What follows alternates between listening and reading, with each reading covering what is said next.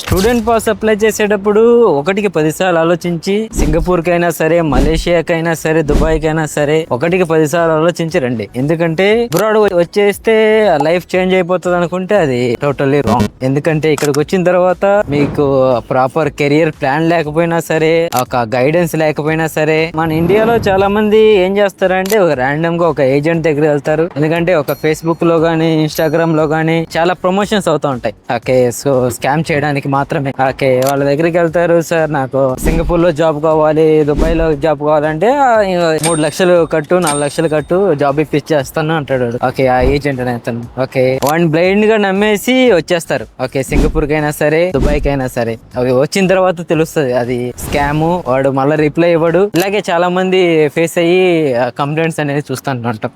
Okay, so మీరు సింగపూర్కి వచ్చేటప్పుడు ఒక ప్లాన్ తో రండి. ఓకే, సో ఒక రిజిస్టర్డ్ ఏజెంట్ అనేది చూసుకోండి. అతను నిజంగానే రిజిస్టర్డ్ ఏజెంటా, సో సింగపూర్కి వచ్చిన తర్వాత గైడ్ చేస్తారా లేదా అంటే ఇప్పుడు స్టడీ పర్పస్ మీద వస్తే సింగపూర్ లో నార్మల్ గా డిప్లొమాస్ ఉంటాయి, అడ్వాన్స్డ్ డిప్లొమాస్ ఉంటాయి. వీటికైతే ఇంటర్న్షిప్స్ అనేది ఖచ్చితంగా ప్రొవైడ్ చేయాల్సిందే. సో కాలేజ్ రెస్పాన్సిబిలిటీ అనమాట. సో ఆ ఇంటర్న్షిప్ అనేది గ్యారంటీడా కాదా అనేది కూడా మీరు చెక్ చేసుకోవాలి అనమాట. ఓకే.